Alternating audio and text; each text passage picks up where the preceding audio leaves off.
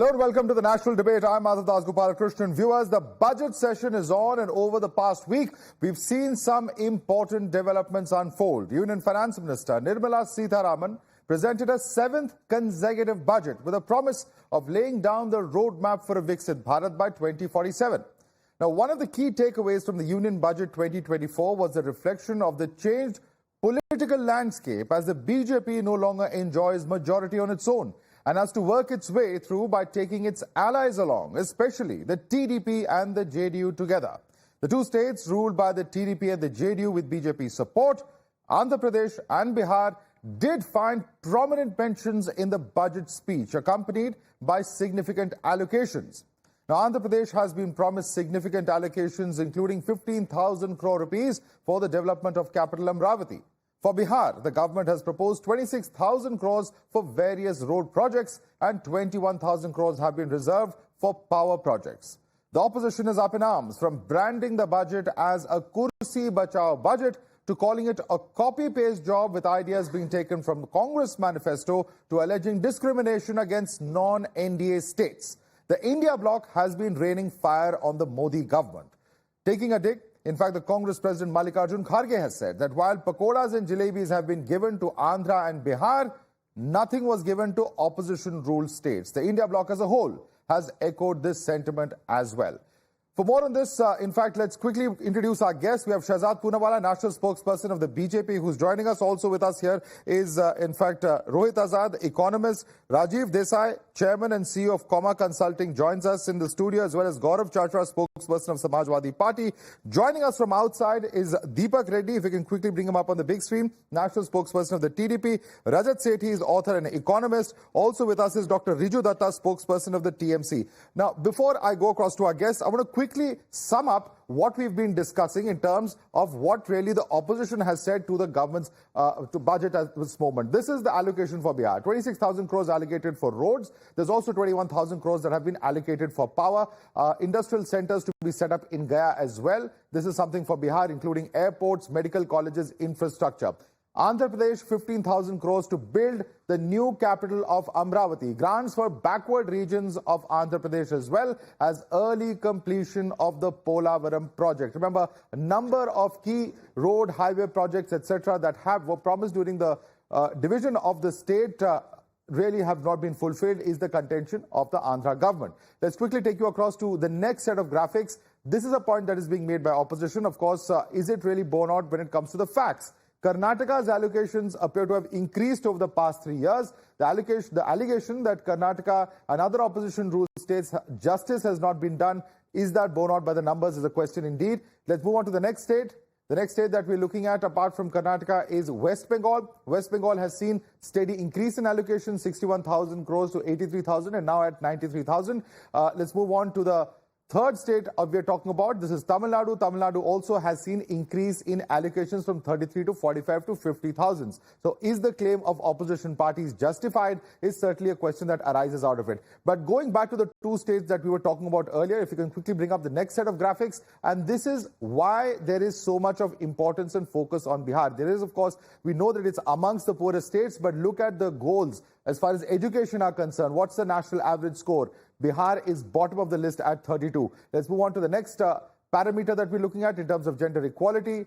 Bihar is in the bottom 5 of the list on this parameter as well. Quickly take you across to the next slide. This is as far as the no poverty goal is concerned. Bihar at the bottom of the state list at 39. These are the developmental goals which include industry, innovation, infrastructure, FDI. Even Bihar, in fact, amongst the lowest as far as the entire state list is concerned. The next set of graphics that we're going to talk about is Andhra. Andhra post-bifurcation woes where 91% of 245 institutions or assets of the erstwhile Andhra Pradesh are in Hyderabad is a contention that has been made.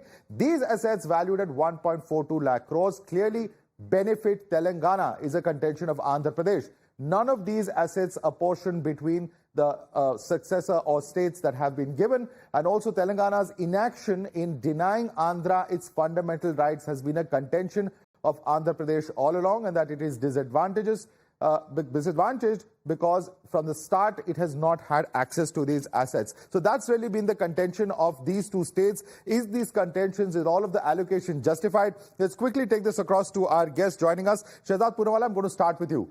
The opposition says that there's been, a lot of plenty that has been given to these two allies. Perhaps it's justified, perhaps it's not. That's a point of contention. But is there contention that there's been injustice to the non-NDA states? Does that hold out?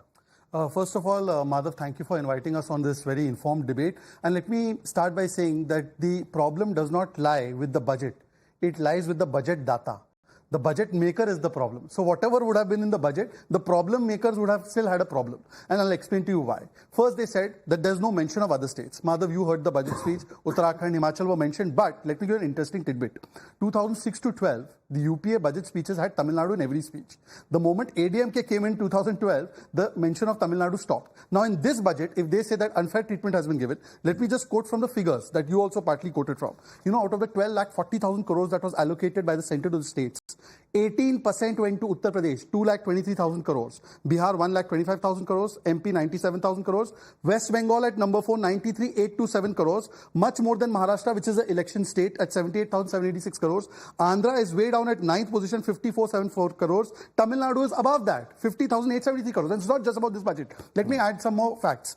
Bihar, between 2004 to 14, got totally from UPA, taxes and devolution grants, etc., 2,75,000 crores.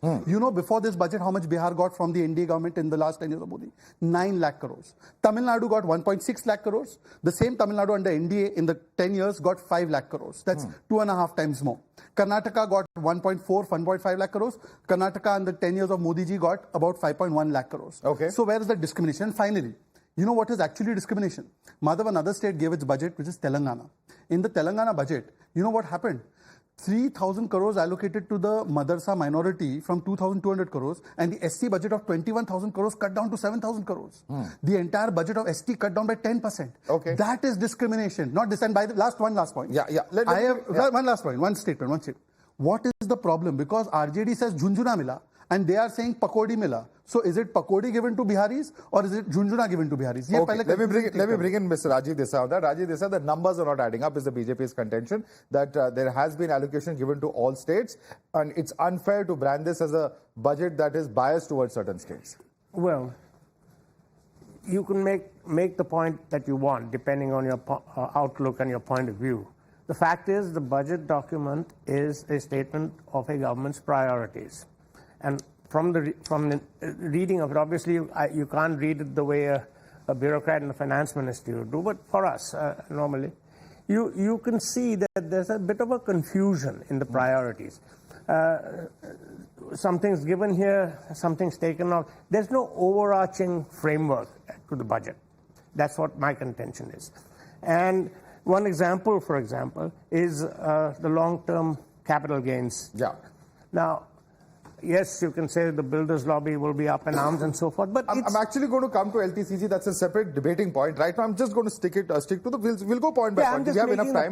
The point of states, is there injustice towards the states? We'll come to LTCG. We'll definitely debate that in depth. But I want to quickly go across to our other guests who are with us. In fact, let me put that point across to Deepak Reddy. Deepak Reddy, do you agree with the contention coming in from various opposition parties that this budget is biased towards the allies? Rahul Gandhi has called this a Kursi Bachao budget. Do you agree with those contentions and those comments that have been made?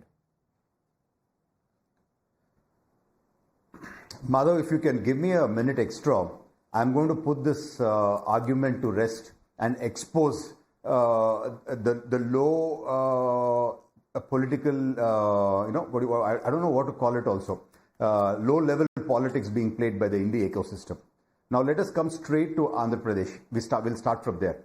The president of Congress party in Andhra Pradesh has actually put a press meet, and she said that Chandrababu Naidu ji has requested for 1 lakh crores, and as per the Bifurcation Act, we were supposed to get around 12 to 15 lakh crores. So what was given is something equivalent to what beggars get. I mean, these are her comments, not my comments. And then she says, Polavaram project, the industrial corridors, most of it, no data has been given, or how much amount is being given hasn't been in the budget, and it looks more like a manifesto and not like budget because it doesn't have figures in that. These are her words. And as far as special status is concerned, she says it is part of the act, whereas Bihar, it was not part of any act. So severe injustice has been done to Andhra Pradesh is the comments made by the president of the Andhra Pradesh state. But whereas the I.N.D.I.A ecosystem and the Congress party in the center says that they have given us favor. A lot of favors have been done to Andhra Pradesh. So you can see the contradiction between the party at the state level and at the center level. Now coming to certain other figures. The I.N.D.I.A ecosystem says on one side Andhra Pradesh has been favored, and on the other side they say very less funds have been given to Andhra. It is not even one third. It is and Bihar got about 315% more funds than what Andhra got. So they have to make up their mind whether Andhra has got or whether Andhra hasn't got. Another important point is the Congress party is complaining that most of the aspects of this budget has been taken from their manifesto. So they have to make up their mind. If their manifesto was good, then the budget is good. If the manifesto was bad, then the budget is also bad. So there is a contradiction there also. Yeah. Now coming straight to the figures. If you look at the capex, we have received only 1.3%. And if you look at the overall budget of the 15,000 crore commitment, we have received less than 0.03%. Whereas if you take our population statistics, we should our share is about 1,80,000 crores. And if you look at our revenue share contribution, it would be much more. So what we received in one way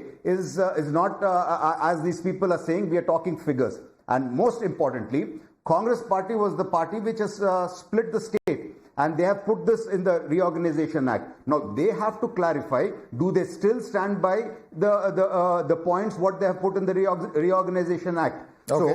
So because the Andhra Pradesh people understand the dramas of the Congress party, they have been reduced to around 2% vote share.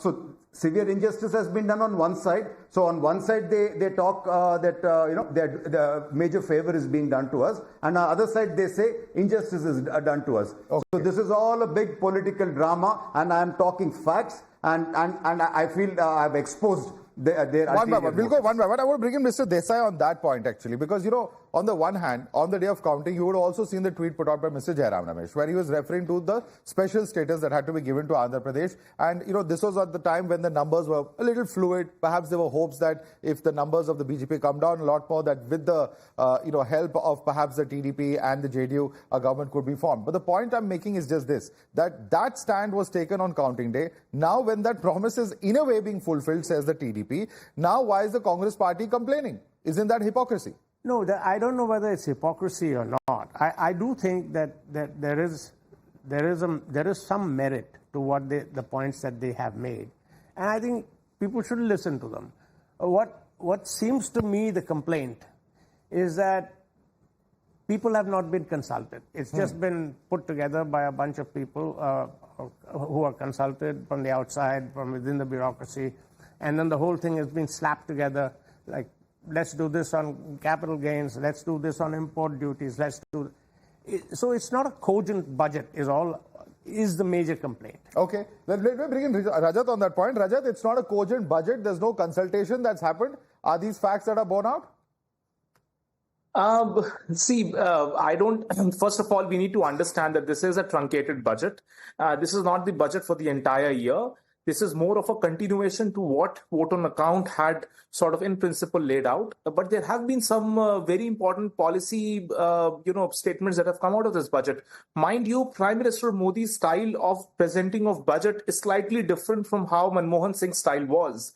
Prime Minister believes that policy assertions that have to be made cannot just be made in the budget session alone. It has to be sort of spaced out around the year so that, the entire administration has the sort of space and time window to actually formulate good and more progressive policies. For example, PLI 2.0. PLI 2.0 is something which is getting shaped up, when the government has just been sworn in, and there have been a lot of deliberations with industry experts. I can tell you right now, various industry bodies are in active conversations with the government to shape PLI 2.0. Now, you can say that they could have come up with a hurried PLI 2.0 announcement in the budget itself, but that wouldn't have cut eyes because, you need to come out with better policy than to manage the optics of around the budget alone. That's number one.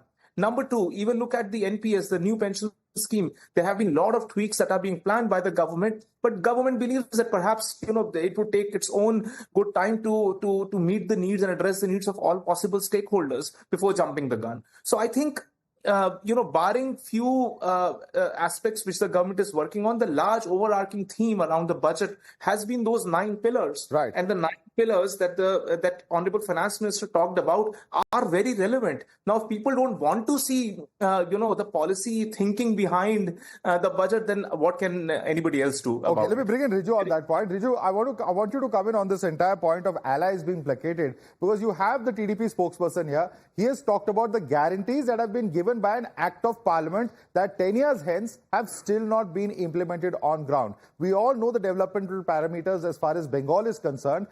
Is it really right to say that this is being done only for political reasons? Aren't there very cogent and very real reasons for those allocations to have been made to Andhra Pradesh and Bihar? Why politicize it is a question coming in from the ruling benches.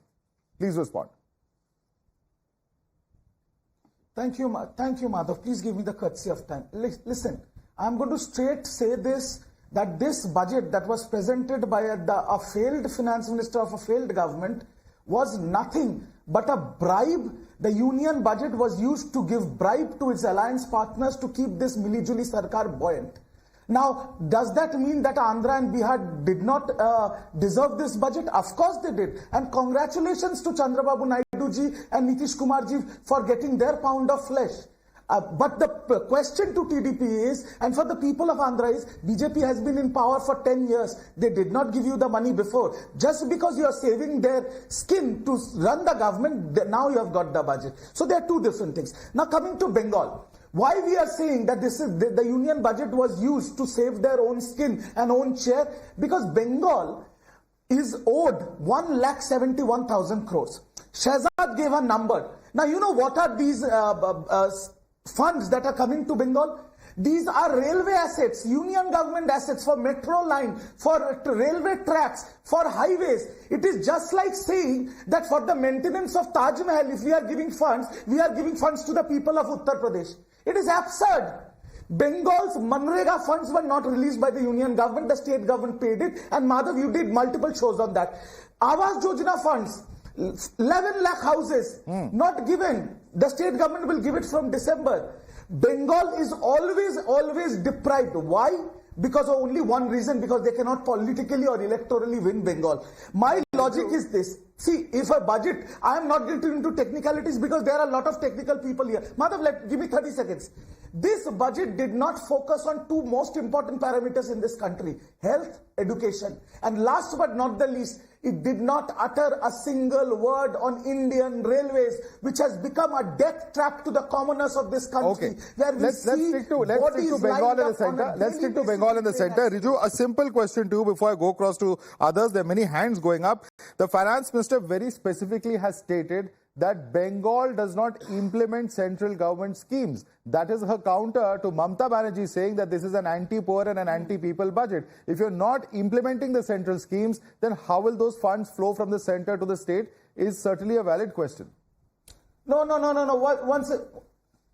One second. Manrega is not a Pradhan Mantri scheme. Why do we need faulty Ayushman Bharat? We have our own Shastro Sati scheme. Why do we need their Kisan Yojana, where there are so many technicalities, whereas the Kisan, the farmers' income has tripled in the state of Bengal with our own policies that we have in our state? We don't need their folly and faulty policies. Yeah. What we need is Manrega funds, which is an act in the parliament. What we need are Awas funds. Give us our funds. Okay. First Shahzad and then Rajat. Two hands going up. Yeah. Perhaps the categorization of a failed FM would be one who allocates 5,000 crores to madrasas and 1,200 crores to MSME in the West Bengal budget. The West Bengal budget is 3 lakh crores. You know how much North Bengal got? 22% of the population, 861 crores. I think that would be a failed FM. But anyways, let me come back to the main issue, which is the central issue. Let me quote only data. I'm not going to quote anything out of BJP or Shahzad Poonawala today. The money given for Manrega, Rijuji, UPA time, I'm taking about 1 year, 14,985 crore. NDA time, 54,150 crore. This is a demand-driven scheme. So more man days are demanded, it will be paid. Secondly, Pradhan Mantri Gramin Awas Yojana, Sadak Yojana, 5,400 crores UPA, 11,051 crores NDA. PM Awas Yojana, please, 4,466 crores, 30,000 crores. NRLM Bank, which is lending to priority sector and other things, 626 crores, 74,000 crores. Total, 58,000 crores during UPA, NDA, 2,05,000 crores. Let me give you another figure. In this budget, whatever the money that was given to West Bengal at number 4th position, 93,000 crores. This was a jump of 326% from the last given in 2013-14 by the UPA. Now, let's assume the size of the economy was half of the size of the economy now. Even then, by that indexation, which many people here will love, by that indexation, we could have given only 45,000 crores. We have given 93,000 crores, Madhav. And therefore, I say, and what is he saying? That bribe is being given to people of Uttar Pradesh? Bribe is being given to people of Bihar? This attitude that UPIites and Biharis take bribe, this I don't think. If we give anything to West Bengal, do we say it's a bribe? If we give anything, and what was their allegation till yesterday? We are anti-South. Andhra ko jada mila, to bribe ho gaya. South India is being told that they are bribe takers. UP is being told they are bribe takers. Bihar is being told they are bribe takers. We are not bahir gato. Okay. We are also part of this country. Okay, Riju wants to respond. Riju. Can I come in, Madhav? Yes, please come in. Yes. See, the problem with Shehzad, and all these BJP minions is that they like to twist words. Let's not get into adjectives. Categorically am saying that Riju, one second. I'm just requesting all of you guys. One second. One second. It's not enough. Yeah, that's the problem. I just don't want this to degenerate. One second, please. One second. Gentlemen, just give me a second. On this show and all of my shows, I do not allow sparring between panelists on personal basis. Do not make personal comments on them, because then it will degenerate into a tutu meme. I do not want that to happen. Let's keep it civil. Riju, make your points without making personal comments. Yeah, please continue. I take back my... Shehzad is a good friend, and I take back my minion remark, but I will say this. When Shehzad does this jugglery of words, I am saying again categorically, the union budget was used by Narendra Modi and the BJP to bribe Nitish Kumar and Chandrababu Naidu to keep their Mili-Juli Sarkar buoyant. Second, when he talks about UP allocation, NDA allocation, what was the tax that the union government or the UPA government used to collect from Bengal? And what is the tax that you collect from Bengal now? 10 years, the world has changed, the country has changed. In Manrega, which is an act by the parliament, how we had to go and sit in dharna in Delhi. Our MPs were arrested. Your full pant and half pant mantris ran away. Again, we're going to get into full pant, half pant. I want to avoid let's avoid this, please. Okay, very quickly, I have to bring in two other panelists who have not even spoken. Very quickly. Riju, first of all, I don't take any of your comments personally, because I know you well and you're a good friend of mine, so I'll pass that off. But I'm saying that if this is such a bribe and such a opposition you have, Mamta Didi to Niti Aayog ja rahi hai. ममता दीदी नीति आयोग जा रही है, ये बाकी के लोगों को बाहर खड़ा कर दिया, ममता दीदी नीति आयोग जा रही है. This is a serious question though, Rohit. You know, there are states that say that there's injustice being done to us. You have a situation where the center says that you're not following the proper procedure, you're not following the proper systems that have been put in place, you're politicizing these funds. End of the day, the citizens of that state suffer because these funds are just not used for the schemes which they are intended to. I mean, nobody can question that fact that Manrega eventually benefits rural India. So in the midst of all of this politics, it's the states that are ruling out whatever be the political rhetoric. See, first of all, in this budget, nobody asked the government to actually mention Andhra and Bihar in particular. If they've chosen to mention it, then there's going to be questioning on that. Right. So let me first talk about that and then come to the center. So the allocation itself, if you look at the numbers, 15,000 crores, which was then in post-budget conference, she said that this is going to be a loan from the IMF or the World Bank or the ADB on the sovereign backing of the central government. Now, that's not really a grant. That's just a loan.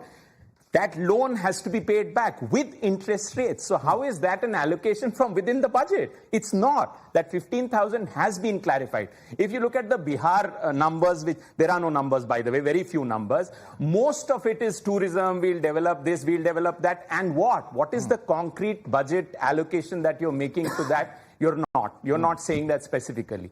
I would say that this is a political point they are making, and justifiably, because these are two allies that they have. So instead of Sabka Saath, Sabka Vikas, it's Nitish Naidu ka Saath or Nitish Naidu ka Vikas. So if you make that in the budget, don't ask the opposition or others to actually defend or not defend. You have chosen to do it, not the others. You should have just said that this is what we are allocating to all the states, not mention these two states. You chose to, so there is going to be question. Okay, Rajat, I think I want Rajat to comment on that. Rajat, if you're going to specifically mention these states, then obviously you have to be prepared for whatever bouquets or brickbats come along the way. At the end of the day, you've taken a conscious decision. You've made these public announcements. You cannot but expect that there will be no blowback from the opposition and the other states. Please respond to what Rohit is saying. Absolutely. See, is there any denying that this is a coalition government? Not at all. Government is, will do everything in its right to ensure that they run a smooth government, a stable government. If it entails, giving financial grants to the states of Andhra Pradesh and Bihar, so be it. Where is the problem? The problem fundamentally that you need to establish is that there has been injustice meted out systemically to the other states, and that needs to be presented via numbers, proper, irrefutable numbers. My friend here on TMC talked about them not getting Manrega grants. Look at your viewers just need to Google 2,30,000 crore rupees of utilization certificates have not been furnished, and this is by an independent body, the CAG. CAG has established, and their immediate response is that we don't accept CAG report. Now, you cannot start targeting the institutions of our country, saying that those institutions are giving political reports. Those, out of those 2,30,000 crores, almost 1 lakh crore belongs to one department, which is the Ministry of Rural and the Panchayati Raj in the government of West Bengal. They alone have failed to furnish repeatedly. And this issue has been going on for the past 2 years or so. But they will deny this, that we don't accept the report. Now, that's good for them. But what needs to be done is, by the opposition, they need to come out of their political mode and objectively put it before the public. But otherwise, what is going to happen? This happened in the month of February. When the interim budget was presented, vote on account, all of these leaders in southern India, they put up huge posters and holdings saying zero budget. Right. The Karnataka sitting deputy chief minister's brother goes out and says that, we are independent because we are not getting fiscal justice. So let us part ways of India. He made those seditious remarks. Okay. Let's go one by one. Yeah. I think there's some very valid points you're making there, Rajat. I want to bring in Riju on the point you made on West Bengal. You don't give these utilization certificates. 2 lakh crores is a whopping amount, sir. And I know this has been a contentious issue for some time. But, when you go out and attack the center for not giving funds, somewhere or the other, you have to also look inwards, is the question that Rajat is asking you. Riju? The problem, Madhav, is people come on special shows on national debates looking at Google and WhatsApp. I'll get into the details of this. Not only the central teams have come to Bengal, they have said, yes, after cutting across everything, there are 59 lakh recipients. Now in Manrega, there are funds which are allocated in 2 sections. One is as wages and the other one for materials. We have said you do not need to pay us the materials, but the people, the poor laborers who have worked for 2.5 years, you have to pay their wages. And that report, that audit report, which was done by 15 central teams, were submitted to none other than the Prime Minister of India by the Chief Minister of West Bengal inside the Prime Minister's office in the North Block of the Parliament. Now, after that, can I finish?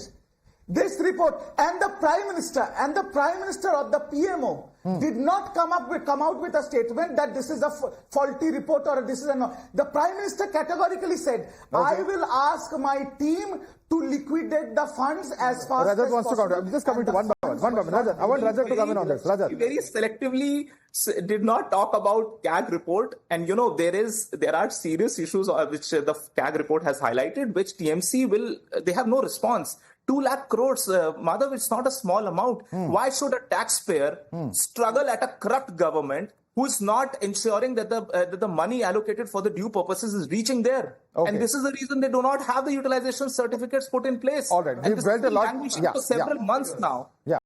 Madhav, I seek your indulgence. Madhav, I have not interrupted. One by one. Deserves a chance. Very quickly. Madhav, quoting from figures, anybody can check from any source that you like.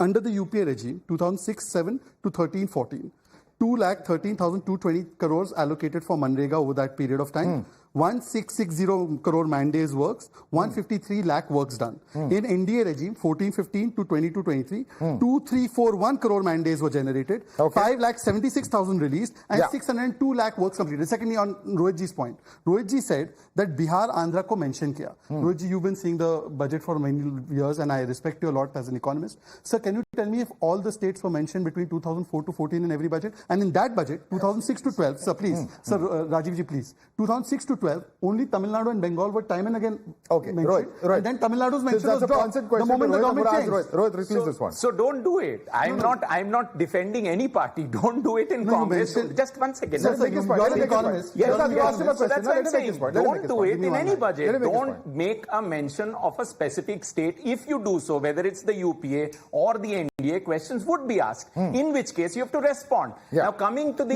just before you move on, just one point on this. One point on this. This is not fair. This is not even spoken. On just one line. Just one line.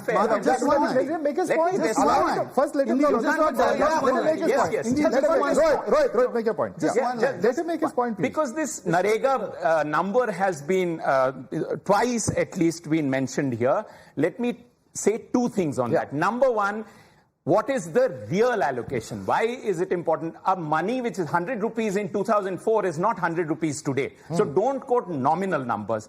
Quote as a percentage of the GDP. And if I do that, and especially in the context of when Mr. Narendra Modi came to the government, he said that this is actually a ditch digging program. That is what he said about the Manrega. But if we go to the numbers in specific, the numbers during the UPA-2 were much higher as a percentage of the expenditure. I can give you the exact numbers. I have it. The Mint article, thankfully, mentions the exact amount as far as percentage of GDP is concerned. That's how you measure expenditures, not in nominal numbers. 100 rupees then is not 100 rupees today. You make it a real figure, then make that comparison. Percentage allocations, justice has not been done. Respond to that point. Now, let me respond to two very quick points. First of all, I was expecting that as an economist, he would have said that the mere non-mention of any state names does not mean that those states have been delivered injustice, because that was his argument for this government, but it was not an argument before 2014. So, you have to look at it from the economist point of view, not from the political point of view. Secondly, you said that, it should be indexed or it should not be a nominal figure that's been given. You have to see it in the context. So, please tell me, sir, 2,13,000 crores out of a $2 trillion economy given to Bengal, and today it's a double-size economy, 5,76,000 crores has been given for Manrega. Which is more? You're talking about Narega as a total. And that is what I'm mentioning. Narega, of course, the demand is higher. No. Wait. There is a difference in terms of quoting figures. You have to do it with respect to something. When you're making a nominal claim, especially for 10 years. One more point. This is basic economics. This is not fair. Mr. Chatra has not spoken. What was the specific question for Gaurav Chatra? Gaurav Chatra, the simple question to you is this. That in all of this competitive fight between various states, now we have a situation where Dimple Yadav, Samajwadi Party MP, is asking for a special package for Uttar Pradesh from the centre's funds. So when was this special package demand ever made? Was it made during UPA time? क्या ये नया demand नहीं है? और इस तरह की अगर कॉम्पिटिटिव पॉलिटिक्स होगी तो I mean what really are we looking at in the larger context of India as a union? देखिए, जो यूपीए की सरकार के टाइम का सिनेरियो कुछ अलग था. ये बजट जो आया है, ये बजट सिर्फ और सिर्फ एनडीए की सरकार बचाने का बजट है. जो भाजपा की स्ट्रेटजी थी, बजट लाओ और सरकार बचाओ, उस स्ट्रेटजी पे अपना के इन्होंने बजट अपनाया है. आज ये विकसित भारत की बात करते हैं. क्या उत्तर प्रदेश को साइडलाइन करके भारत विकसित हो सकता है? उत्तर प्रदेश सबसे ज्यादा एमपी देने वाला स्टेट. 80 की 80 सीटें तो मांगने आप लोग उत्तर प्रदेश चले जाते हो. आज उत्तर प्रदेश का किसान जो दुखी पड़ा है, उसके लिए क्या किया? इन्होंने कहा था किसान की आय दोगुनी करेंगे 10 साल में, तो आप कुछ नहीं कर पाए. आज आपने किसान की आय दोगुनी करने के लिए क्या किया? आज जीएसटी की बात करूं तो एक कर एक देश की बात होती है. वहां जीएसटी कहां है? जीएसटी में क्या कर कम कर दिया? आज हमारे बुजुर्ग जो करदाता है, उनको भी एक्सपेक्ट था कि कुछ टैक्स स्लैब में हमको राहत मिलेगी, उस पर कोई राहत नहीं मिली है. आज जो छोटे तबके का व्यापारी है, उसको था कि कम से कम लोन में हमें, कम से कम ब्याज पे हमें लोन मिल जाए, उसको नहीं मिला, उसको साइडलाइन कर दिया है. ये कहीं ना कहीं स्ट्रेटेजिकली अपनी सरकार बचाने के लिए इन्होंने बजट लाया है. लेकिन उत्तर प्रदेश की देवतुल जनता के साथ जो ये धोखा हुआ है, इसका रिजल्ट देखने को मिल जाएगा उपचुनाव में. भारतीय जनता पार्टी की इससे भी करारी हार उपचुनाव में होने वाली है. ये अपने जो स्ट्रेटजी, गलत स्ट्रेटजी, गलत नीयत असलियत अपनी सरकार बचाने के लिए जो कर्म कर रहे हैं उसका इनको भुगतना पड़ेगा। और मैं लास्ट में इतना ही कहना चाहूंगा, जो भारतीय जनता पार्टी की स्ट्रेटजी है ये कभी भी देश की खुशहाली और तरक्की के रास्ते में ले जाने की स्ट्रेटजी नहीं है, सिर्फ और सिर्फ अपनी सरकार को बचाने की स्ट्रेटजी है। I'm coming to each of you. Rajat Sethi, the biggest state of the country has been ignored, and this is something that the BJP is going to bear the consequences of. Please respond to Mr. Chachara's argument. No, so, Tamil Nadu is accusing the government that you've been too nice to UP for a very long time. Even in the interim budget in the month of February, all the India alliance put together were only questioning why is UP getting all the benefits. Here, one gentleman from UP from, say, the same India alliance actually is going out and saying that UP isn't getting. See, first of all, India alliance together should come out with a white paper. They should say that this state got disproportionate amount of money and this state did not get as much amount of money. They should at least, educate the audience. What are they fighting for? They can't be fighting for mutually antagonistic goals all at the same time. It is too confusing for all of us. So the core point is UP as one state has got significant amount of GST allocations and has got significant amount of budgetary allocations over a period of time consistently. The kind of infrastructure that is in UP is actually not even there in a lot of western states and southern states also. So UP has had a fair share. Let's not get down the road. The real problem that is coming in, the demand that the political opponents are making to the government is coming from the south, and that needs to be addressed head on, because their claim during the time of election was that out of every 1 rupee, only 35 paisa that is going back to the southern states. Now that there you need to establish more sort of a fiscal prudence around what you're doing. Does it make sense? Fair point, and I want Riju to come in on that. Riju, whether it is the TMC, whether it's the DMK, whether it's the Samajwadi Party, you're all not on the same page, because here you have a panelist saying that UP injustice has been done. You have another ally in the south who says that UP is getting too much. At the end of the day, the India alliance partners have to all be on the same page. You have to at least be speaking in one voice if you're trying to criticize the central government. I think that's a fair point. No, I don't think. One by one. Okay, you can come in, sir. I want Riju to respond. Look, can I come? See. After the Nitish Naidu budget or the Hum Do Hamare Do budget, everybody wants their pound of flesh, because they have Nitish Kumar and Chandrababu ji has got their pound of flesh. Now everybody wants their pound of flesh. That is politics. But let me come to the moot points here.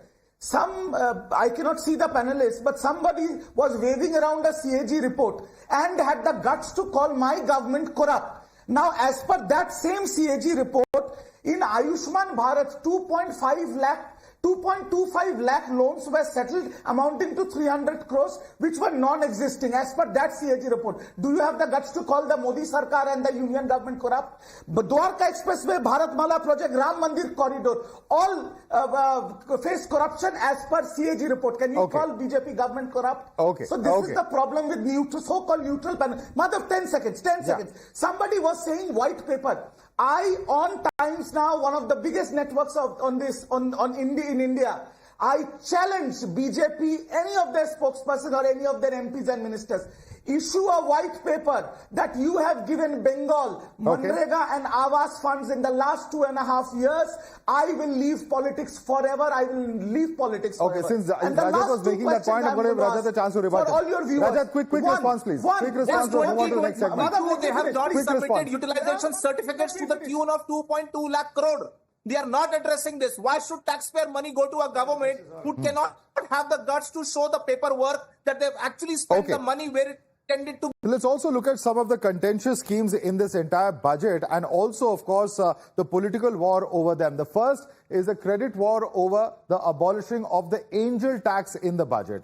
The Congress's claim is that it was listed in the Congress's manifesto. The counter coming in from the BJP side is that angel tax was introduced by the Congress itself. The second point of contention is as far as the apprenticeship scheme is concerned.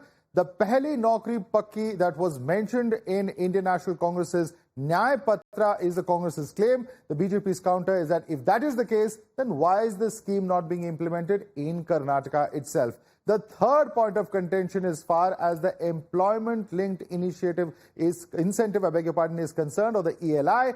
Here, the employment-linked incentive was also part of the I.N.D.I.A Patras, what the Congress says. The BJP again counters that why is this not being implemented in Congress-ruled states? Let's quickly take this across to our panelists as well at this point of time. And sir, tell us that if this is indeed the case, Why was it not implemented? That is, in fact, the main point of contention.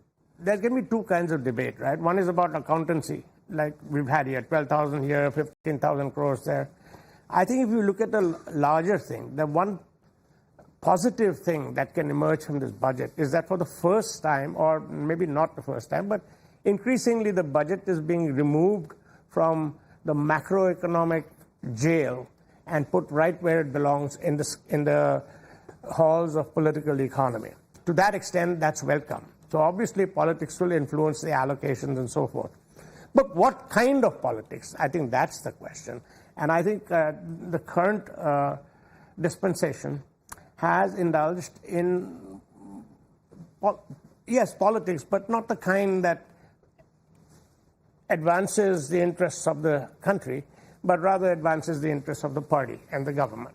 So I think if you've got to talk about it, then talk in larger terms of priority. So it's good that the budget has become politically focused rather than macroeconomically focused. But what kind of politics? And not this kind of politics. Okay. Okay, let me come in on these points. These 3 points of contention, first and foremost, the credit war that was seen immediately after the budget was announced. At the end of the day, is there some kind of hypocrisy in the way that it's being approached is a question that has been raised. And Madhav, you would know that I have not interrupted anybody, so I'd appreciate the same courtesy extended to me. Look, angel tax was introduced in 2012. Can anybody deny it? It's all there. You can check your Times Now reports. If they were serious about removing angel tax, they should have removed it back then. They didn't. In fact, startups suffered. There were only 400 startups. Today, there are 1,15,000 startups. There are 125 plus unicorns. So they didn't do it. And even if they wanted to do it in their own state, for instance, they say that we came up with this apprenticeship idea. Bhai, why don't you give it in your own state? No answer for that. Also, they say we are pro-youth, right? In Jharkhand, youth demanding the jobs that they promised. Sarkari jobs, they were beaten up. In Telangana, they promised 2 lakh jobs. They came on the streets, the youth, they were beaten up. In Karnataka, 2.5 lakh Sarkari jobs, beaten up. Where are the jobs that they are promising or the opportunities they are promising? Here is the situation, and the ELI scheme also, Madhav, much before the Congress put it in the manifesto, in the COVID period, we had come up with a lot of these employment-linked schemes, incentives at that time. So it was not their brainchild. But having said that, if they consider it to be their brainchild, then how can you in the same tweet say that the budget is pro-Croony, but the budget copies our manifesto? So was your manifesto pro-Croony? And lastly, I want to just take back 1-2 points on UP. On UP, 2,23,000 crores was allocated this time. In 2012, 2013, and 2013, 2014, average it was 59,000 crores. How much of the percentage was it at that time of the allocation to the states? Allocation to the states at that time by the center was about 31%. Today it's 41%. It was 30 lakh crores. Today it's cumulatively 1,20,000 crores. So that settles the point. And lastly, they say price rise, महंगाई, हम लड़ना चाहते हैं. In Karnataka, the milk, diesel, petrol, everything's price has been increased. They talk about farmers. 1,200 farmers committed suicide in Karnataka. Kerala, why don't they talk about the farmers there? In Punjab, the farmers were not paid MSP on moong dal. They won't talk about that. And sir, Gaurav ji, आपको सिर्फ एक आंकड़ा देना चाहता हूँ. धान और गेहूं, ये दोनों मिलाकर यूपीए ने 3 लाख करोड़ का एमएसपी में खरीद किया था. केवल 2 की बात कर रहा हूँ उनके कार्यकाल में. आज 11 लाख करोड़ से अधिक है. एमएसपी बढ़ा के भी दी, एमएसपी ज्यादा भी दी. आप एमएसपी का मतलब मैक्सिमम सियासत और पॉलिटिक्स. बीजेपी वाले आंकड़ा तो बहुत अच्छा दे देते हैं, लेकिन धरातल पे क्यों नहीं उतार पाते? धरातल पे किसान क्यों दुखी है? आज किसान आत्महत्या क्यों कर रहा है? आज मिडिल क्लास आत्महत्या क्यों कर रहा है? क्या महंगाई बढ़ी नहीं है? क्या किसान दुखी नहीं है? नौजवान दुखी नहीं है? व्यापारी दुखी नहीं है? आप बताइए. कर्नाटका में 1200 किसानों ने आत्महत्या की. अरे उत्तर प्रदेश में आपकी गलत नीति की वजह से जो आप बिल लेके आ रहे थे, कितने किसानों ने आत्महत्या की है? 800 से ज्यादा किसानों ने अपनी शहादत दी है. उस पर भी अपनी प्रतिक्रिया दीजिए. Okay, yeah, Rohit, I want you to come in on this. So, even on numbers, let me just give you some numbers because he'll have to respond to that. And the numbers are to be taken very carefully and seriously. What is called a budget estimate is what you allocate, and what is a revised estimate is what you've actually spent. So there is a huge and hugely important point. So let me just quote on programs that this Prime Minister has introduced. PM Awas Yojana, budget document. I'm not saying anything outside of it. The actuals in 2023 were 28,000 crore. Today, as in the last budget, it is 22,000 crore. Is this less or more? Maths, normal arithmetic. PM Rural Awas Yojana, if I just say 44,960 crores, the actual spent is 32,000 crores. More or less? Again, he has to respond.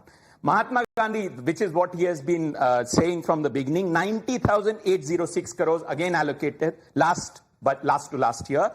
Actual spent this time is 86,000 crore. I can go on and on. PM Poshan, which is 11,600, which was estimated, spent 10,000. Now tell me, I can promise the moon, but what I deliver is what matters. I promise X amount. But Rohit, as an economist, this has been a problem. Spending has traditionally been a problem with all governments, not just this government. No, so we are talking this government. Why are you arguing? Let him answer. Please allow the debate. Madhav, we are discussing this government. Had you called me in 2005, I would have responded to that government. Okay. I am responding because this is the government in office currently. Yeah, quickly. Very quickly. Sir, all of these allocations that you're talking about, where it's budgetary estimate and revised estimates you're talking about, or the spend, who has to spend the money when it's allocated by the center? States. 1 second. So, Rajiv, why are you so impatient? You were very troubled when Madhav was saying something, but you constantly interrupting me, and I've given you all respect. Conclude your point. Conclude. So let us show some respect. I'm showing you so much grace and respect, sir. Okay, conclude. Secondly, and Rohitji, I have no malice against you. I'm only trying to have an intellectual conversation. Absolutely. And sir, during the UPA tenure, when this great program of Manrega was introduced, which we consider to be a great program because it shows what the legacy of this country was, at that time, what was the maximum that they had allocated? And what is the maximum that has been allocated now? You please quote the budgetary estimate of the best budget you want from there and the best budget from here. Exactly same problem yet again. Sir, You're comparing nominal GDP of then to nominal. This is basic maths, basic economics. You cannot. 10 years ago, just 1 second, Shahzad, since you have quoted the figure, it is not what you compare. It's not the correct comparison. I said you can only compare either ratios or real numbers. You can't compare something which... But you can compare... Just 1 second. But you can compare... 1947 what the GDP was and today the GDP... Then, again, now you are going into Nehru. If I go into Nehru, you'll have a problem. But one point. But you can compare the requirement of Bihar with the requirement of a South state. The last you can compare. That you can compare. Currently, yes. Okay. We can all agree to disagree on this point. Let me quickly bring in the last point, and this is perhaps a very important point, but we have very limited time to discuss this. The LTCG. Let's quickly bring that up on the screen, if we can, as far as the long-term capital gains and the short-term capital gains taxes are concerned. A huge point of contention in this entire debate. It was earlier 15% as far as the short-term capital gain tax is concerned. This has been tweaked to some assets now at 20%. Let's move on to the next one, which is long-term capital gains, which was earlier at 10% in some situations, 20% in some situations, now at 12.5%. Now, this is, of course, when it comes to capital assets, etc., there are different categories in which there were varying percentages. The government says it's a rationalization program. And Rohit Azad, I want you to come in on this, because the government says it's rationalization. What's going to be the net effect? Because there are some who are saying that the asset-owning classes, the middle classes, or those who are wealthy, even all of them are going to be hugely impacted in terms of the net taxation that they're going to be exposed to. So basic mathematics would tell you that if the appreciation is very high, let's say 3 to 4 times within 10 years, then you would gain, because after all the tax rates have come down from 20 to 12.5. But usually in real estate markets, within 10 years to have 3 times the price rise usually does not happen. If it does not happen, and their calculation, I think even in the budget, if you look at if it is twice the amount, which is what you would find in Delhi, perhaps, then you actually make a loss. For a simple reason, because if you, let's say, bought, I don't want to go into the numbers, let's say 50 lakhs you bought it for, and now the price, So unless there's a windfall, there is no... Unless there is a windfall. So let me bring in Rajat on that point. Windfall. It's not regular. Yeah, let me bring in Rajat. Let me bring in Rajat. Rajat, this is a point being made by various political parties, by various observers, that if there is a nominal increase in terms of what your property price is, the indexing would earlier guard you from that, from being taxed on that. But now, unless you make a huge amount of profit, maybe about 3 to 5 times, until you're at that level, you stand to be taxed and lose a lot of money. That's going to be a net impact, and that's why this indexation removal is extremely controversial. Please respond to that argument. Madhav, when an exercise like a rationalization exercise is brought in, certain sections will lose out and certain sections will gain. That is the process. That's how it is. Suppose if a GST rationalization is to be brought in tomorrow, and one flat rate of say 12% is introduced by the government, and there'll be no the 5 different slabs, only 12%. Then the person who are taxed at 5% will say, "Oh my God, the prices have gone up to 12%." But there will be people who are paying 18% GST who will come down to 12%. But the process is simplified. You have one one tax rate, which makes it very clear. It makes it clear, removes confusion in the tax collection and all. Is there's a clear signal or proportionality that if the process is simple and much more rationalized, you collect much more taxes, and that's the best possible policy outcome that can come in. All right, this is perhaps a topic that we should have debated the first, because there's so much. Totally out of time, Shahzad. Sorry, totally out of time. Shahzad Purawala, Deepak Reddy, Rajat Sethi, Rohit Azad, Riju Datta, Rajiv Desai, Gaurav Chacha. Thank you so much, gentlemen, for joining us. It's been a very, very interesting debate. Of course, the budget session is still on. We all have to see what the explanations are that come in from the opposition, from the treasury benches through the course of the next week when this discussion happens, and what finally the finance minister's reply is to the parliament on the budget discussion. Thanks so much for joining us on this edition of the National Debate.